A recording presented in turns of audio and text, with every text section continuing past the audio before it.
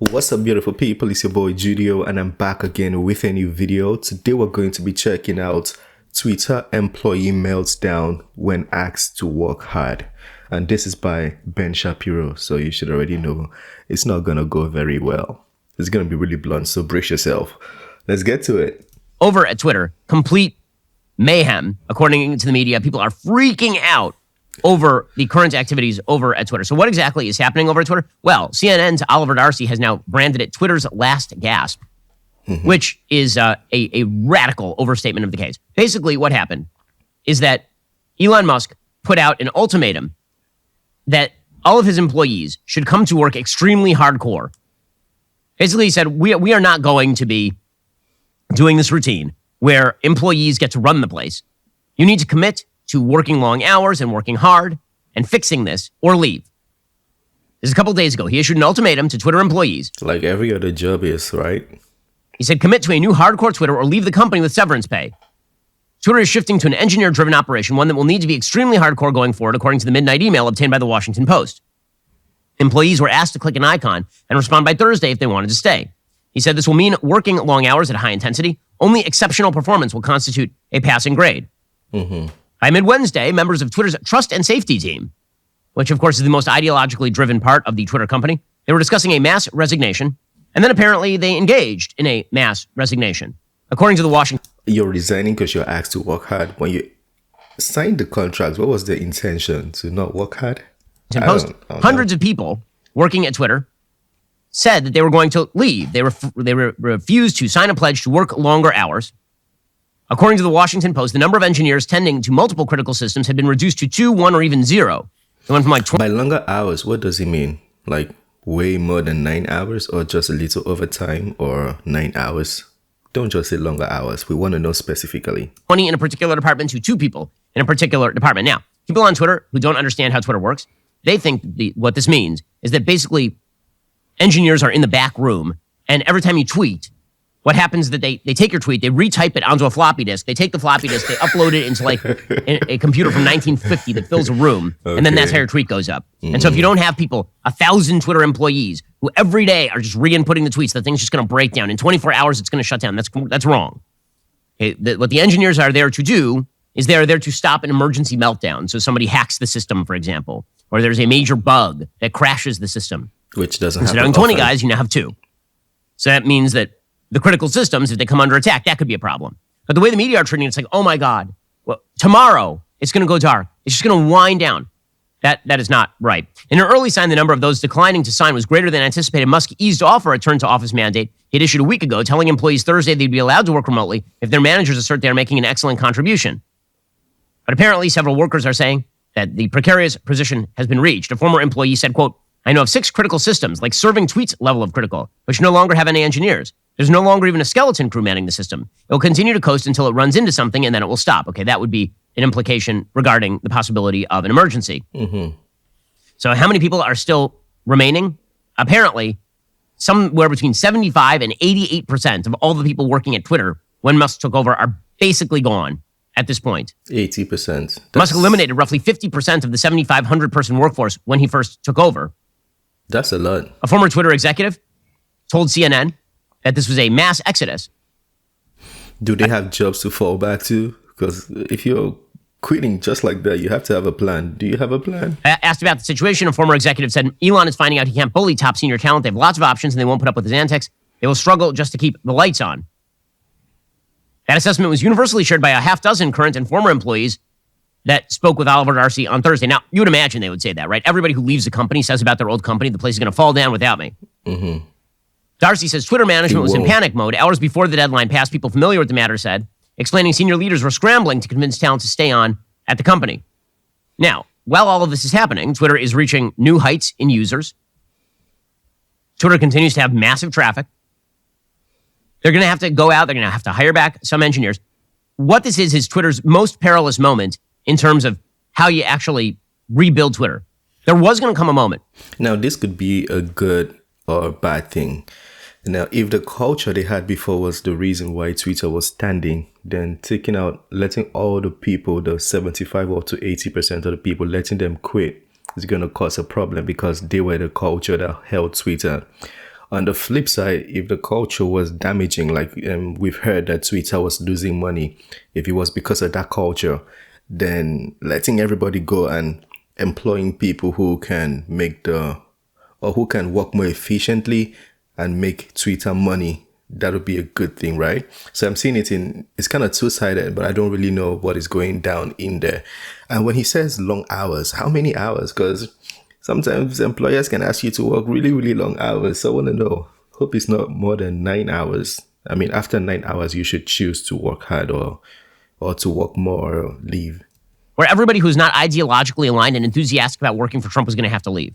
That moment has just been accelerated. So instead of sort of a slow walk to this point where a Twitter engineer that Musk didn't like was let go and a new one replaced him, instead of that, basically everybody who Musk would have fired anyway is leaving at the same time, which means they're short-staffed right now. The question is going to be whether they can staff up quickly enough to prevent the ship from running into the iceberg. That's essentially what's going on right now. Jeff Siebert, a former head of consumer product at Twitter, said, according to the New York Times, that the company's situation was, quote, sad and disappointing, and that Mr. Musk's leadership had caused confusion for users, advertisers, and employees. Of all the companies that don't need more drama, it's Twitter, said Siebert. Now, the media are going nuts over this because the media spend literally all day on Twitter. In which case, probably they also say learn to code. Maybe they should learn to weld. Maybe that's the thing that needs to happen right here. But the notion that Twitter is about to go under forever, or that even if Twitter went under for 24 hours, you think that they wouldn't get it back up and running? It'll become more buggy. It'll become worse for a moment, and then it'll get better. Honestly, I think it will get better. And the reason I think it will get better is because I actually believe that a lot of these tech companies are wildly overstaffed. There's no way that Twitter needed 7,500 employees. Yeah. That is not a thing that was necessary in the first place. That's a lot. And a lot of what's going on right now is also that members of the media, forget about the sort of chaos inside. Members of the media are eager to see Twitter fail because they don't like Musk, and they don't like what Musk has done to Twitter, which is open the place up. They're very angry. In fact, they're rooting for Democratic lawmakers to restrict Twitter. We'll get to that in a moment. My guy's taking this political. I don't know about the politics side. I don't know. I'm not part of this. I want to be clear. I'm very objective. I don't know about the politics side. Alrighty, folks. Cyber Week is almost upon us. You are in luck because we just launched the all-new Daily Wire Plus shop. So pick something up worth keeping. Okay. Like a Sweet Baby album t-shirt, the Johnny the Walrus book and plushie bundle, or keep checking back for unprecedented deals than ever in his quest to earn your business, like the nourishing shampoo if you're ready to get a great shave, or exfoliating wash from a company that will celebration in the media. You can sense it over Twitter's troubles. It really is about Musk, right? They hate Musk. They don't like the fact that Musk disagrees with them politically. Mm-hmm. And so they are fully excited about the fact that 90% of the workforce over at Twitter is gone. Now, that excitement is going to turn to sheer rage and tears if it turns out that Musk has sufficiently cleared out the place that he's able to hire back new employees. Twitter keeps running, except on a fraction of its old budget, and suddenly it looks profitable. Because it turns out you didn't need 7,500 employees over at Twitter. Maybe you only need 700 employees over at Twitter, or 1,000 employees. And I would like to think Elon Musk's experience with running a company, I would like to think so. Over at Twitter. It saves you a lot on the other end. It also means that a lot of these tech companies are going to look at their own employee base and go, wait a second, do we need this many people working for us? We're already head into a tech recession. Okay, forget about whether there's a generalized recession. Tech leads the way because so much of the extraordinary amount of money that was flowing through the economy was invested in tech that you created another tech bubble. It's very reminiscent of like 1999, 2000, when Pets.com was a massive, massive stock. And you're seeing that now with Facebook. I mean, Facebook stock is down just Meta. Their stock is down unbelievably. Mm-hmm. And they're laying off tens of thousands of workers. And the same thing is happening even at Amazon, which is an actual profitable and solid company, one of the biggest companies in the country. They're laying off tens of thousands of workers. So if Musk is able to lay off this much of his workforce, you think other big tech companies aren't going to look at their own workforce and go, guys, we are way overstaffed. There's going to be a lot of people learning to weld if that is the case. But a lot of people rooting against Musk, obviously. And that includes a bunch of people in the government. And the simple fact of the matter is that the members of the left would love to see Twitter go down. They would love to see Musk go down. This is why Democratic lawmakers are calling for an investigation of Elon Musk. Now, I've yet to see them call for an investigation. Calling for an investigation. Why? Because he laid off. Is that illegal? I mean, he's trying to make the business run better, right? I don't know if that's illegal. Maybe. For example, Jeff Bezos, a billionaire, buying the Washington Post. But it's really, really bad to allow Musk to basically run his company. And so you have Democrats like Ed Markey going after Elon Musk. On Thursday, 7 Democratic senators called for the Federal Trade Commission to investigate whether the company had violated a consumer privacy agreement with the agency since Musk took it over. The letter followed the resignations of Twitter security executives last week after Musk appeared to change some of the company's data security practices. So now they're going to investigate him. It's funny. They're perfectly happy, by the way, to work hand in glove with other big tech companies. I mean, in fact, as we learned yesterday in a public hearing, Chris Wray, the head of the FBI, he says that the FBI might actually be gathering your actual private Facebook data without a warrant. That apparently does not warrant any sort of congressional upset or investigation. Alrighty, guys, the rest of the show is continuing now. You're not going to want to... Why is it that every time they speak on data leakage or a platform having or selling your data, it always boils down to Facebook? What is going on in Facebook? Mark Zuckerberg, you have to explain to us better, because every time they always blame Facebook for everything. Even now, if you open Facebook, your iPhone is going to ask you, do you want to allow this app to track? I'm like, no, please don't track it. We'll be getting into LAW. Anyways, that's another very good video by Ben Shapiro. Me personally, I believe Elon Musk has the right to do what he wants with the company he's bought, even if he wanted to restructure the company. I don't think that's a bad idea, because already Twitter wasn't profitable, so you have to look for the way to make profit. And if it's by laying off staff that we're not what is the right word I can use? Should I say effective or efficient? If it means laying them off or letting them, not laying them off, but letting them go, because he didn't, from what he said, he didn't ask them to go.